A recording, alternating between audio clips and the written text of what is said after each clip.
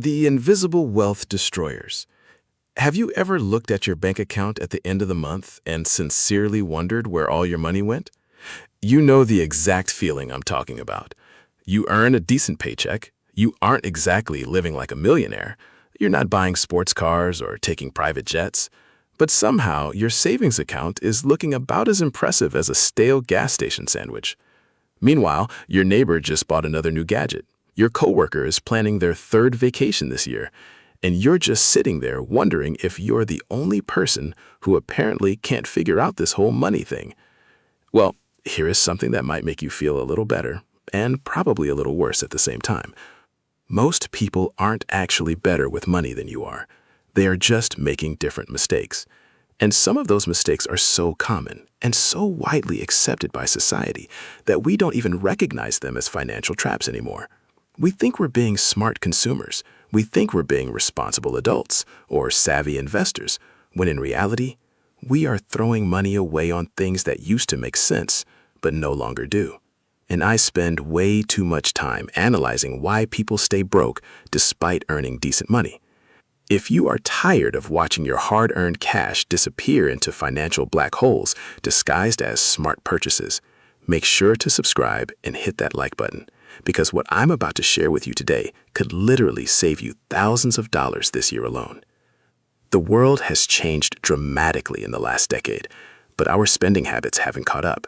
Things that were incredible deals 5 years ago are now complete rebuffs. Strategies that used to build wealth now destroy it. Products that once provided genuine value have become elaborate schemes to separate you from your money. Today, I'm going to walk you through 10 things that are no longer worth buying, not because they are inherently evil or because I want you to live like a monk in a cave, but because the math simply doesn't work anymore. Every dollar you spend falls into one of three categories.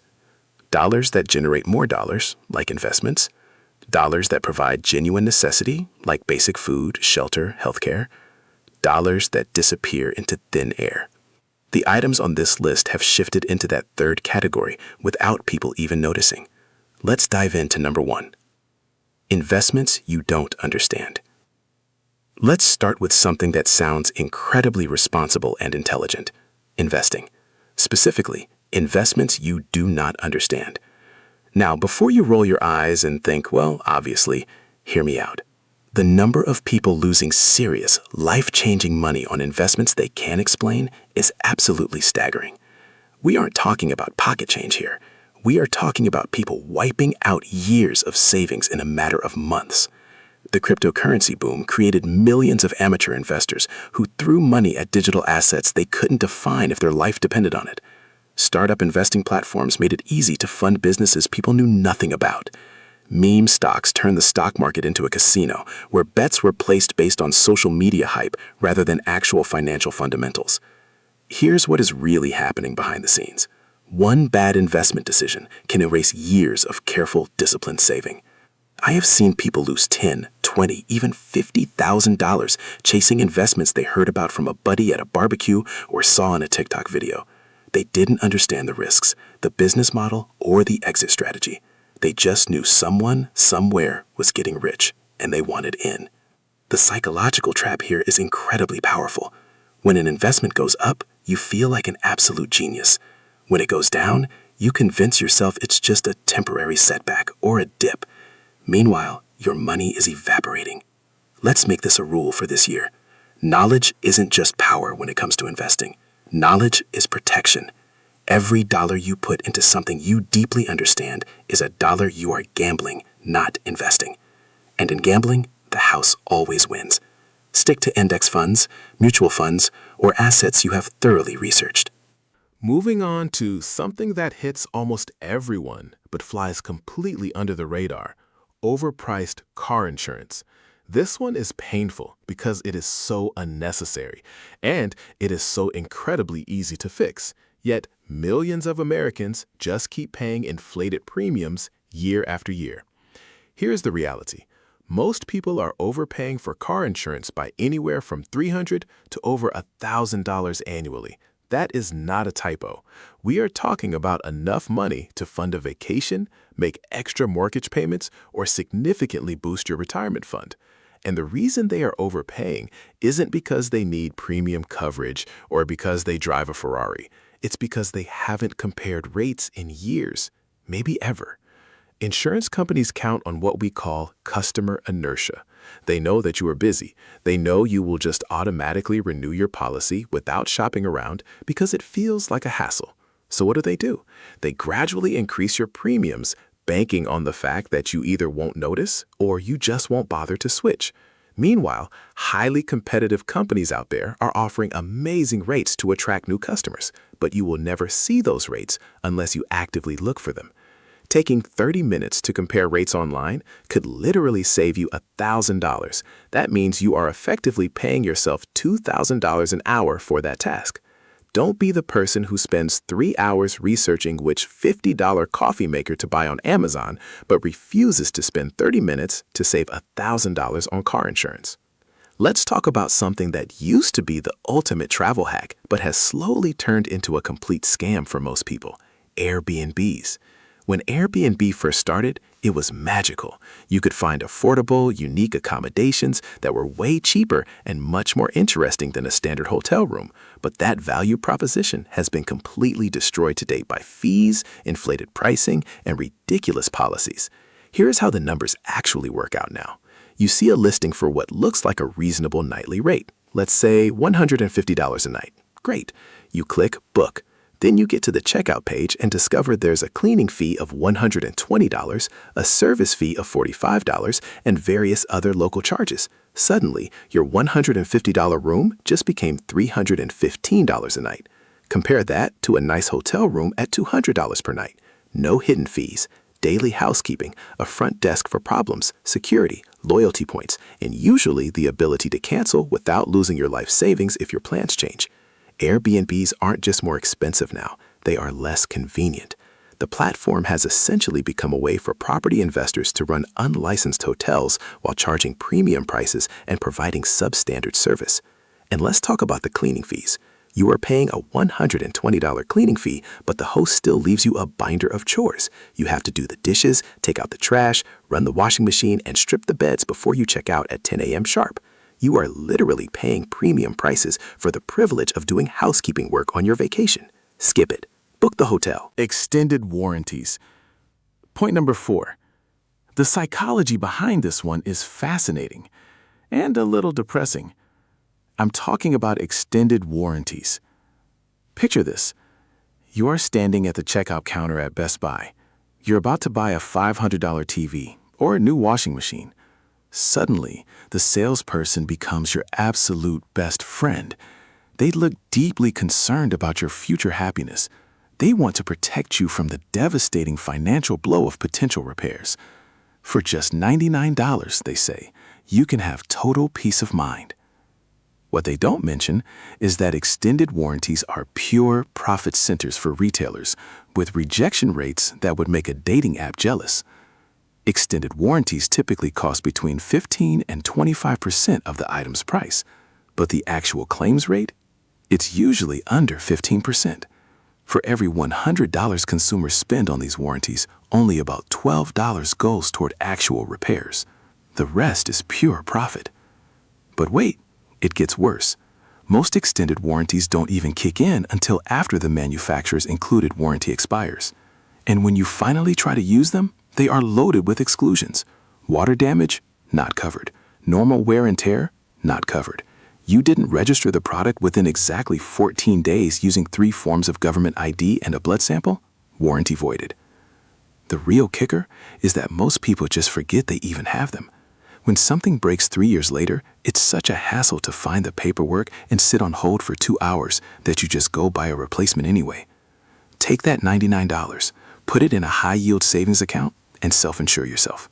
Number 5 sounds incredibly smart and responsible, but it often turns into an expensive lesson in food waste: buying food in bulk. Let's call it what it is: the Costco trap. The wholesale club membership seems like such a brilliant idea. You are going to save money by buying larger quantities at lower per unit prices. You are being a savvy consumer, meal prepping, planning for the apocalypse. Then reality hits.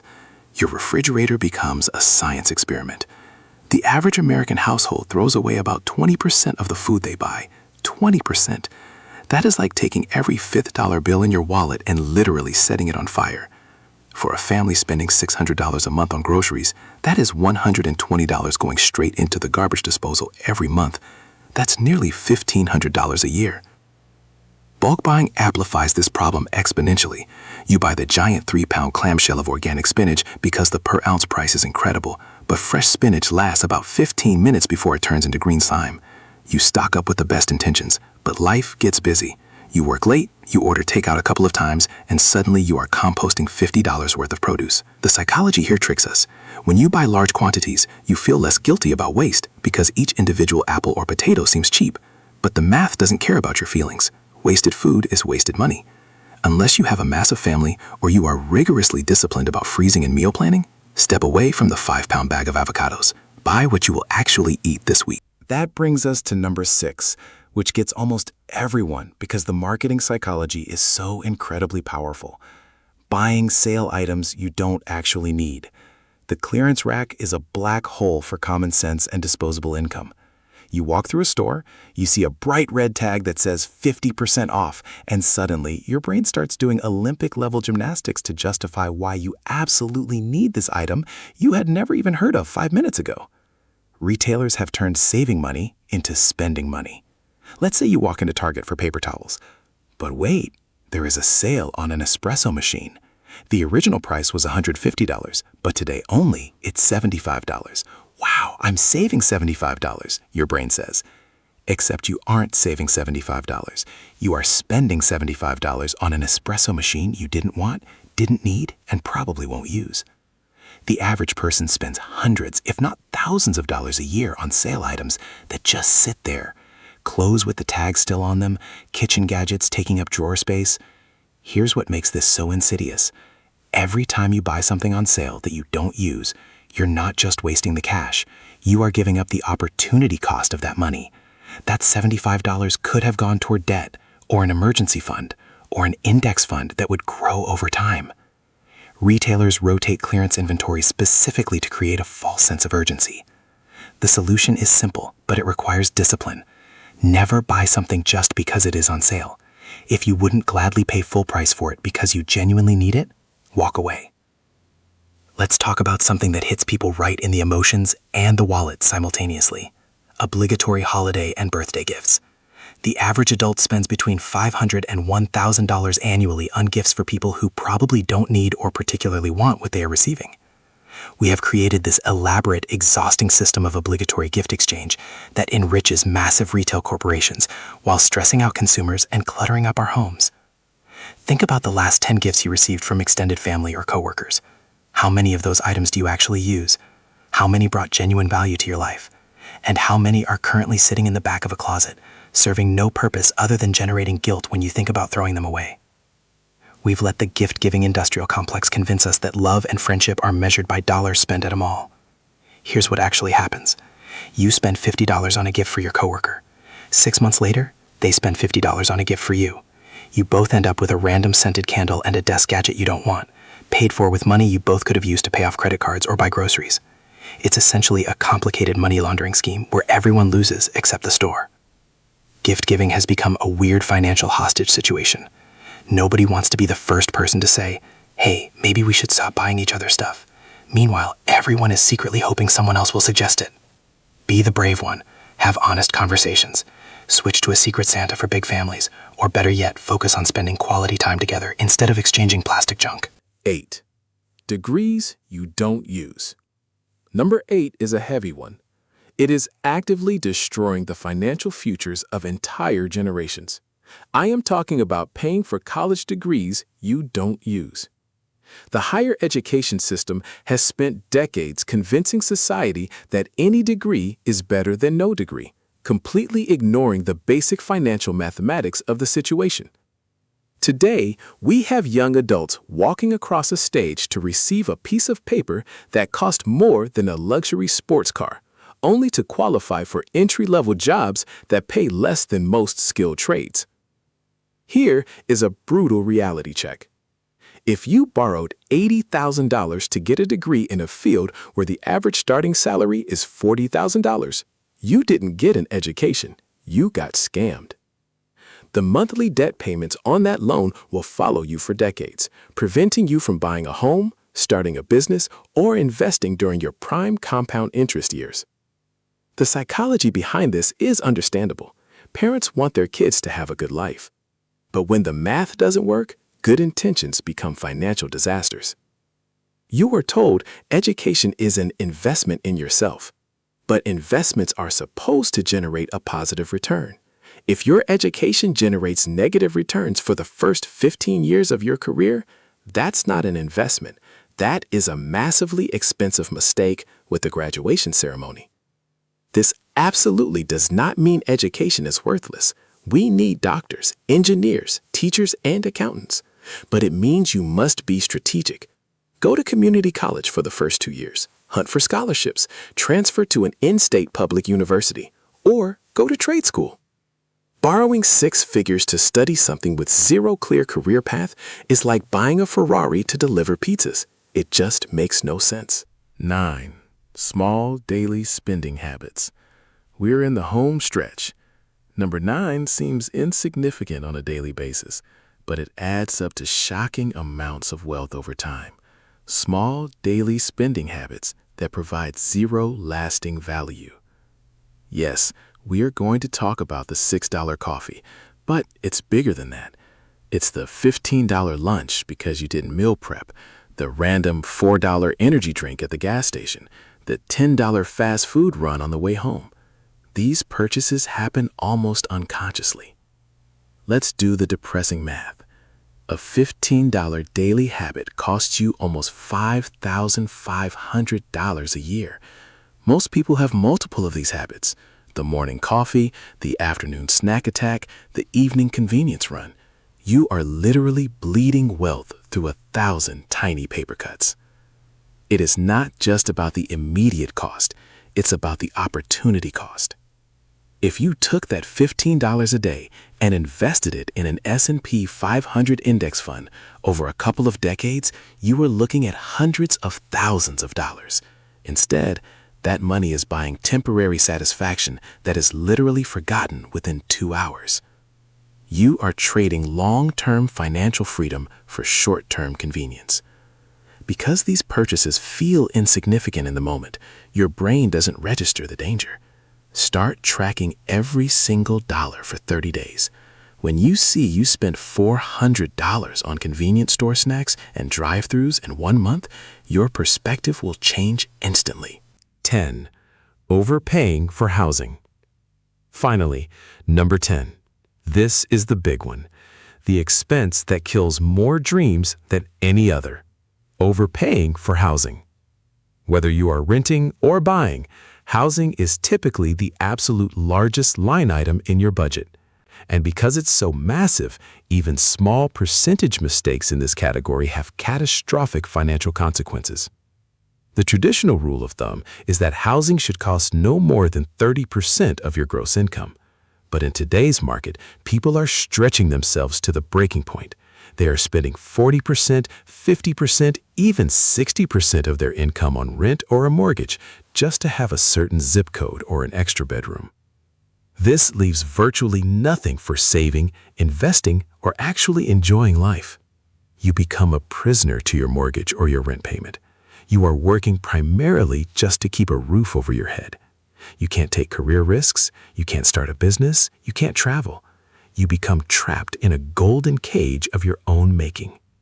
The solution requires uncomfortable, brutal honesty about your actual needs versus your wants. Do you need the prestigious neighborhood, or do you want the status it brings? Do you need the extra 500 square feet that will sit empty most of the time? Or would a smaller, more affordable space allow you to rapidly build wealth and achieve financial freedom? Housing decisions made in your 20s and 30s determine your financial flexibility for the rest of your life. Do not be house poor. It is the most stressful way to live. Building the life you want. There you have it. 10 things that are simply no longer worth buying. When you add up the extended warranties, the wasted bulk food, the overpriced car insurance, and the Airbnb fees, we are talking about thousands, sometimes tens of thousands of dollars in potential savings every single year. The beautiful thing about avoiding these financial traps is that the money doesn't just disappear. It can be redirected toward things that actually build wealth. It buys you freedom. It buys you peace of mind. Stop funding these industries built on our financial ignorance. Stop spending money on things that don't matter and start building the life you actually want instead. If this video helped you rethink some of your spending, please give it a thumbs up, subscribe to the channel, and share it with someone who needs to hear it. Let me know in the comments below, which of these 10 things are you going to cut out of your life this year? Thanks for watching, and I'll see you in the next one.